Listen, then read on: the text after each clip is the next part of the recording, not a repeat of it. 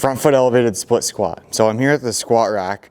We have an elevated platform, and then I've stuck another 45 on top of the platform. And the reason I'm going with a front foot elevated split squat isometric is elevating that lead leg takes away some of the hip extension required on the rear leg and just allows me to focus on my setup and my mechanics on that forward leg. And typically we're trying to work into our ankle range of motion, and we're trying to increase our load capacity of the quadricep or the thigh muscle on that lead leg. So we're going to talk about a slant board setup here in just a second as well. So when I get on the platform here on my elevated surface, a couple things that we'll see is people will get really compact.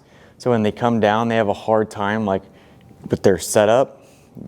That's fine if you're someone that's more comfortable because of your hip extension, but just be kind of playful with your setup to where you can try to find the position that allows you to get into a little bit of hip extension on this back leg, and then allows me to drive forward into that bottom position. And I'm trying to get my knee over my toe as far as I can with allowing my heel to pop up, and I'm just going to hold that as long as whatever is prescribed on the programming. Common compensation patterns is we see people lean way, way forward. If I get into that bottom position, I want my trunk to be maybe parallel or behind where my trunk is somewhat vertical, because it's going to really increase the demand of on the quad on that forward leg. And then driving the knee forward is also going to work on our ankle range of motion.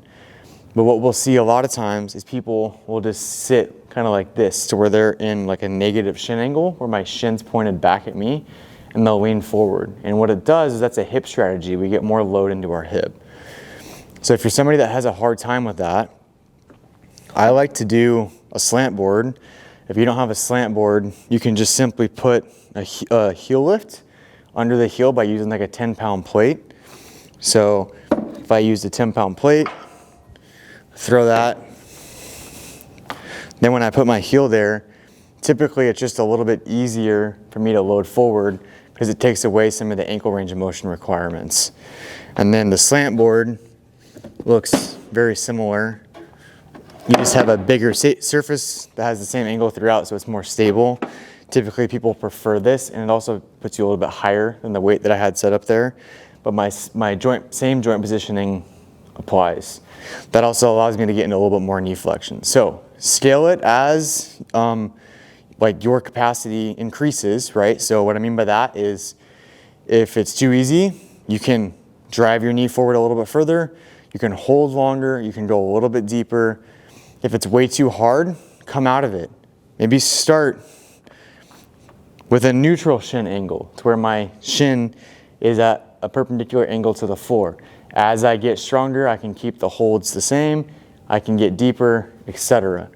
Most of that should be depicted in your programming, so make sure you're following your progressions closely.